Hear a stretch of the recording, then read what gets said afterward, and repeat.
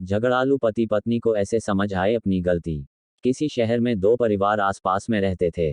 दोनों परिवारों में सदस्यों के नाम पर सिर्फ पति पत्नी रहते थे। इनमें से एक परिवार हर वक्त लड़ता झगड़ता रहता था, उनकी इन हरकतों की वजह से आसपास के लोग भी परेशान थे। जबकि दूसरा परिवार शांति से रहता था। उनके घर से कभी किसी तरह की लड़ाई की आवाज नहीं आती थी। एक दिन झगड़ालू परिवार की पत्नी ने अपने पति से कहा, अपने पड़ोस में भी पति पत्नी रहते हैं, वे कितने शांत हैं, उनके घर से कभी किसी तरह के विवाद की आवाज नहीं आती।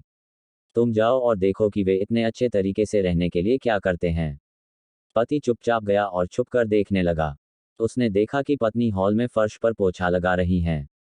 तभी किचन से कुछ आवाज आए और वो किचन में चली गई।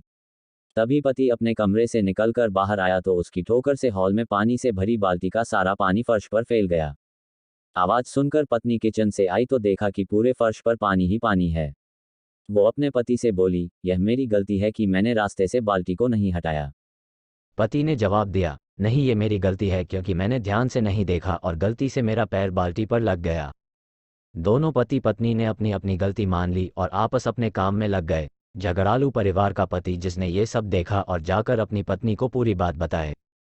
झगड़ालू पति पत्नी थोड़ी देर खामोश रहे और फिर पति ने कहा, उनमें और हम लोगों में यही अंतर है कि हम एक दूसरे को गलती के लिए जिम्मेदार ठहराते हैं, जबकि वे खुद को गलती मानने को तैयार रहते हैं। इस वजह से उनका परिवार खुशहाल है।